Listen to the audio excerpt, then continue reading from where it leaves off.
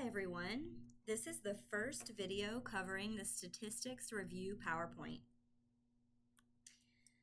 So first, as we get into our statistical testing, we need to review what is the difference between descriptive analytics and advanced analytics, predictive analytics, causal modeling. So let's start with descriptive analytics. This is the simplest type of analytics, which all organizations, for the most part, practice. So with descriptive analytics, we are simply describing what is going on with the variables in our data set. So this is used to explain the circumstance under investigation. One important thing to do is to cut the data. When I say cut, I mean split out the data into certain groups to show any group differences. Some example of descriptive statistics that we would report here would be your measures of central tendency, like your mean, median, and mode, maybe a range or frequencies in your data set.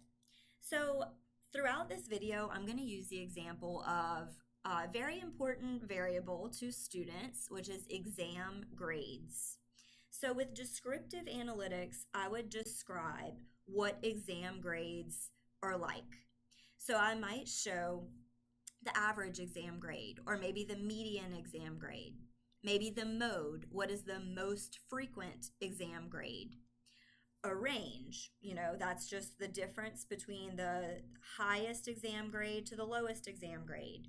Or maybe frequencies. How frequently did I see an A, B, C, D, F?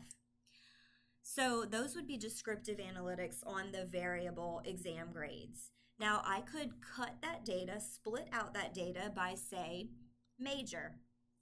What was the mean exam grade for marketing majors? What was the mean exam grade for CIS majors? What was the mean for management majors, etc.? So I could show, what is that difference across groups. Now let's move on into our advanced analytics. So this advanced analytics, this is showing the relationship between variables. What is predicting what? What is causing what? So back to our example of exam grades. We are trying to predict exam grades here. Exam grades is our outcome variable of interest. So what predicts exam grades? What is related? What variables are related to exam grades? Is your college major predictive of exam grades? If it is, then we would see that certain majors are scoring higher on exam grades than others. Here we're looking at different types of variables, and those variables could be any type of variables, categorical or continuous. For example, college major, that would be a categorical variable that could predict exam grades. A continuous variable would be something like, how many hours did you spend studying? It could go from 0 to theoretically infinity, right? So that would be our continuous variable there. That could predict exam grades. Now we're going to talk about many different types of statistics or statistical tests, correlations, t-tests, ANOVAs, and most importantly regressions are used in predictive analytics to predict what is, what's our outcome of interest. So we're going to talk a little more about building causal models and what is meant by that. So the first thing you have got to wrap your head around is, what is a variable? So a variable, think about the word variable. It is something that varies, it changes. Different people can have different scores on this, different measures on this. Or maybe we're not talking about people, maybe we're talking about products, maybe we're talking about locations, business locations, different store locations, etc. Variables, this is something that is thought to influence or be influenced by a particular state of being in something else. So a variable can change based on another variable, or a variable can influence another variable. These things change together, or at least they can. Variables and their relationships are with one another. That is what makes up causal models. So with causal models, we are trying to figure out what variables affect other variables. What variables change other variables? Exam grades, that would be a variable. College major, that would be a variable. Hours spent studying, that would be a variable. These are all things that can change. They can take on different values or different categories. Now, there are two main types of variables that you should have learned about in previous statistics classes. Your independent variable, I've abbreviated as IV, and your dependent variable, which I've abbreviated as DV. Let's talk about what these are. So our independent variable, this is the predictor. This is what we're thinking affects something else. So the variation with your independent variable does not depend on variation of another. It actually affects the other variable. It changes the other variable. So it is your predictor. Your dependent variable, on the other hand, that is your outcome. This variable changes as another variable changes. It is affected by another variable, like the independent variable. So look at this little model that I've drawn here with two boxes and an arrow. This is your simplest type of causal model. We have our independent variable leading to our dependent variable. That arrow is emphasizing the point that our independent variable affects our dependent variable. Now, the reason why the independent variable is called independent is because it is not changed by the other variable. It's independent. The dependent variable is called dependent because it depends on the independent variable. As our independent variable changes, our dependent variable changes. Now, there are two different types of relationships that you could see if there is in fact a relationship between our independent and dependent variable. That relationship can be positive or it can be negative. So if it is a positive relationship that you're seeing here, as our independent variable increases, so does our dependent variable. As our independent variable decreases, so does our dependent variable. For example, hours spent studying and exam grades.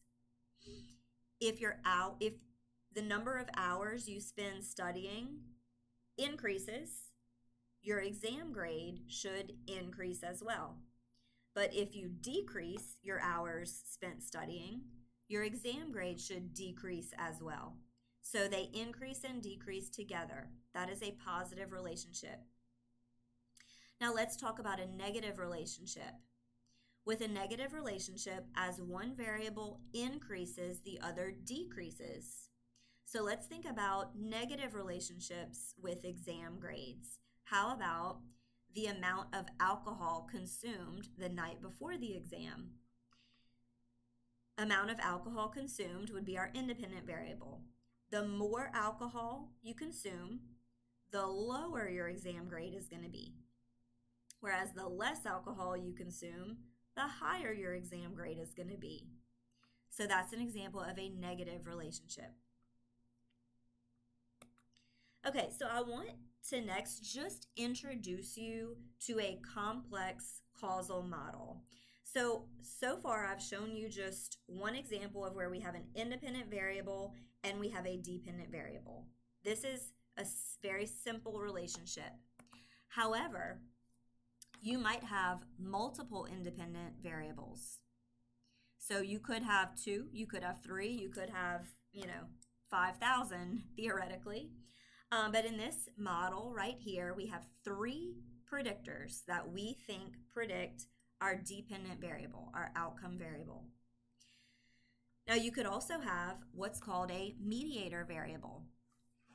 So maybe these three predictors all influence this mediator variable, and then that mediator variable is what affects your outcome variable. Here's an example for you, building on our example of predicting exam grades. So exam grades, that's our dependent variable, our outcome of interest. Hours spent studying, we're expecting to have a positive relationship with exam grade. But you can probably think of many other variables that affect exam grades. So we're going to add in here class attendance. We would expect class attendance to affect exam grades, as well as just your intelligence level. How smart are you naturally? So those three variables affect exam grades. Now, do you actually comprehend the material? Did you actually learn something? So I added that in here as the mediator. So class attendance, if you're attending class, you should comprehend more material compared to those that don't attend class. If you spend a lot of time studying, you should comprehend more material. If you have a high level of intelligence, you should comprehend more material. All of these are positive relationships. If you comprehend the material, then ultimately you should score higher on the exam. So testing a model like this goes beyond the scope of this class, but if you were to get a graduate degree in a field, that involves a lot of analytics, you would learn how to test a model like this. So there are several statistical tests that we're going to be reviewing. First is your simple correlation. Second is your regression, which is really what I want you to focus on in this class. And we're going to talk about different types of regressions. Third is your t-test. Fourth is your ANOVA. Fifth is your chi-square test of independence. I will show separate videos for each of these tests. Now, before you figure out which test you are going to use to analyze your data, the most important thing you need to do first is to think about your variables and what type of data are they. Okay, so your variables could fall into 4 different classifications. You could have nominal data, ordinal data, interval data, or ratio level data. So let's talk about what each of these are, and then we'll talk about, once you know this, how do you decide what statistical test to use. So nominal data. The word nominal comes from the Latin word nomen. The word nomen means name. So this is name-only data. These are labels under your variable. So this data represents information about some categorical or discrete characteristics. For example, college major. If your variable was college major, underneath that variable, you might see things like management, computer information systems, accounting, finance, marketing. And we can go beyond the College of Business, right? Psychology, sociology, biology, whatever. Those are all just names of different majors. They don't fall into any order. They're not a measure of anything. It's just a group name. Some other examples of nominal data could be job role, marital status, gender, or training participation. If the answer is a yes or no type of answer, then that's nominal data, generally speaking, like training participation, yes or no, they did participate in the training or they did not. The next type of data, which is a little more complex, is called ordinal data. So ordinal data, you still have group names here. This is still categorical data. Different categories are listed under your variable, but those categories can be ranked from smallest to largest. So this is numerical data that can logically be placed in order, but does not have equal intervals. So for instance, I like to use the example of education level. High school, associate's degree, bachelor's degree, master's degree, doctoral degree. These are different education levels. They can clearly be placed in order from smallest to largest, but they don't have equal intervals between them. It doesn't make sense to add them or subtract them. That really doesn't make sense. So that's the way that you can think of it. Does it make sense to add or subtract these things? Are there equal intervals between high school degree, associate's degree, bachelor's degree? No, there's not. That doesn't really make sense. So this is ordinal level data. Some survey ratings on a 5-point scale that are in text are technically considered ordinal data. So say you are answering survey questions on an agreement scale, like strongly disagree, disagree, neither, agree, strongly agree. Say that's a 5-point scale. That would technically be ordinal data. However, sometimes ordinal data can be recoded into numbers and sort of treated as interval level data from a statistics standpoint. So keep that in mind. So for instance, with education level, you could recode high school degree to a 1, associate's degree to a 2, bachelor's to a 3, master's to a 4, doctorate to a 5. Then it would kind of be treated as the next level, which is interval data. Interval data, this is data where, it does fall in order from smallest to largest, but there are equal intervals between the different data points. You can add and subtract it. That does make sense to do. So an example of interval data would be like GPA. So there are equal intervals between a 0 GPA, a 1.0, 2.0, 3.0, 4.0 GPA. That does have equal intervals. So GPA would be interval level data. Dates on the calendar. There are equal intervals between days, right? Or between years. So date would be equal interval. Interval data. The most complex type of data is your ratio level data. And there's really one question that you want to ask yourself with ratio level data. Does the data have a true zero? Now let's talk about what a true zero means. A true zero means that if you have a 0 on that variable, you don't have any of it. So if we're talking about things like money, if you have $0, you don't have any money, right? If your salary is $0, you have no salary. That is ratio level data.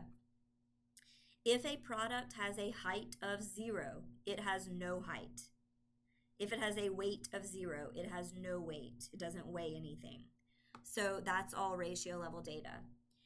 If you're talking about something with time, like amount of time specifically, tenure, that is the amount of time someone has worked at an organization. If you have a tenure of 0, you have not worked at that organization for any time. So that is ratio level data. So typically my variables around money, around size, around amount of time, those are considered ratio level data. Your interval data and your ratio data, that is your quantitative data. So quantitative means it's a measure of something. It's numerical. Your nominal data and your ordinal data, that is categorical data. So it just represents some sort of category. Now, nominal data and ordinal data can be text and numbers. So for instance, something like social security number or zip code, that's nominal data. So it is possible to have nominal data that is numerical, but just keep in mind that number is not a measure of anything. It's just a numerical name for something. Okay, so once you have that wrapped around your head, You can think about what statistical tests you're going to conduct with your data to answer your business question. Now, I've put together this little statistics decision tree to help you figure out what test is the correct test to do. Now, this decision tree I'm going to revisit throughout all of the other videos that cover this PowerPoint. But the first thing that you're going to do when trying to figure out how to analyze your data is think through what type of variables do you have. If you have variables that are interval or ratio, or maybe ordinal, you can move to this section of the tree over here. Now, if both your independent variable and your dependent variable are at least ordinal, you're going to be on this side of the tree. If both of your variables are nominal, you're going to be here. If your independent variable is nominal and your dependent variable is at least ordinal, or interval ratio, you are going to be on this side of the tree.